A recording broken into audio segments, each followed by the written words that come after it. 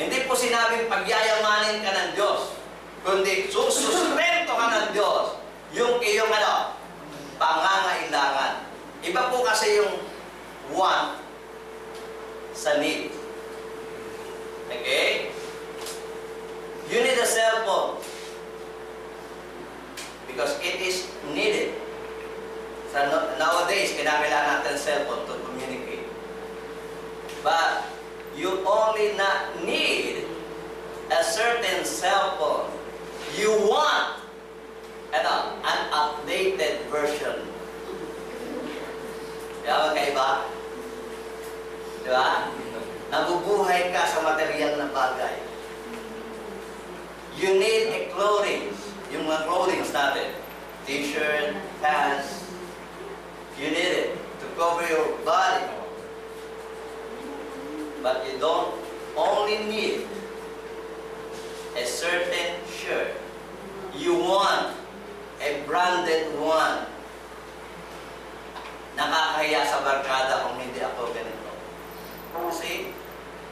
And those people, yun yung sinasabi na Apostol Pablo na nagsipasok sa iglesia, hindi para paglingkuran ng Panginoon, kundi paglingkuran ang kanilang mga sarili.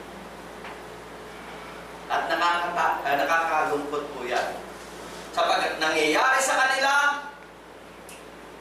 nakalulungkot ko pong sabihin, nangyayari sa atin. Hindi ko sinabing kayo. Wala akong pinpoint. Pero, nangyayari na sa loob ng iglesia lokal, kasi ang iglesia lokal po, hindi naman control ng Diyos eh. Control po ng tao to. Tayo nakakalam kung sino gusto nating i-welcome, at kung galit tayo sa tao, ayaw natin papasukin.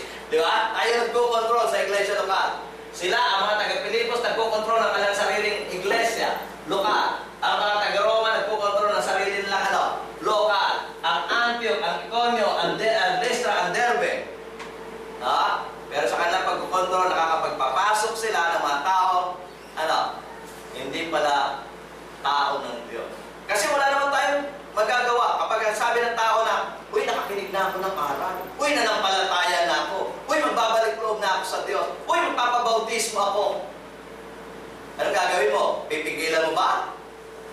Kapag nagbautismo yan, at sanabi magpaparticipate ako sa local church, welcome mo yan. Diba? Ang papasok ng lihim, hindi magpapahalata. Nakuha natin yun? Pumapasok ng lihim eh. Meron bang papasok ng lihim magpapahalata? Di ba hindi?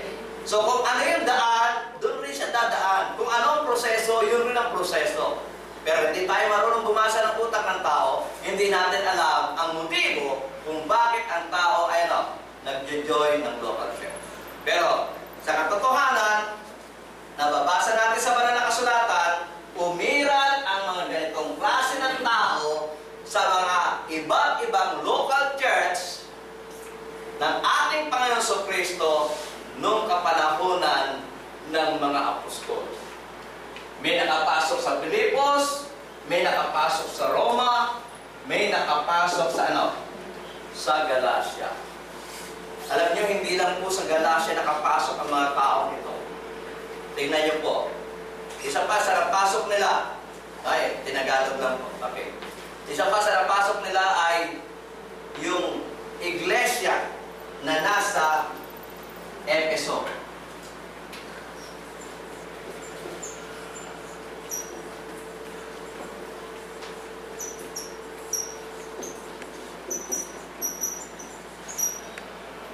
Iglesia sa Efeso, at sinabi ni Apostol Pablo kay Timothy ay ganito.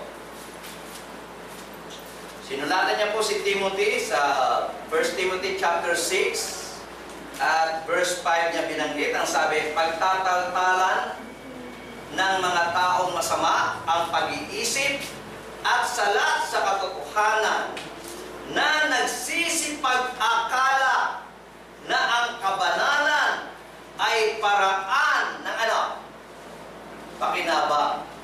Kasi nag-join sa local church. Okay? nag-join sa local church, hindi para paglingkuran ng Panginoon, hindi para sambahin ang Diyos. Meron silang hidden agenda. Meron silang hidden motive kung bakit sila nag-join sa church.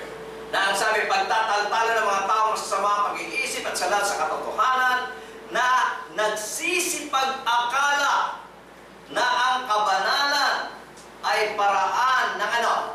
Ng pakinabang. So, ibig sabihin, maging itong Efeso ay ano? Napasok na rin. Katunayan, bago mangyari po ito, pinauna na po itong sabihin ni Apostol Pablo.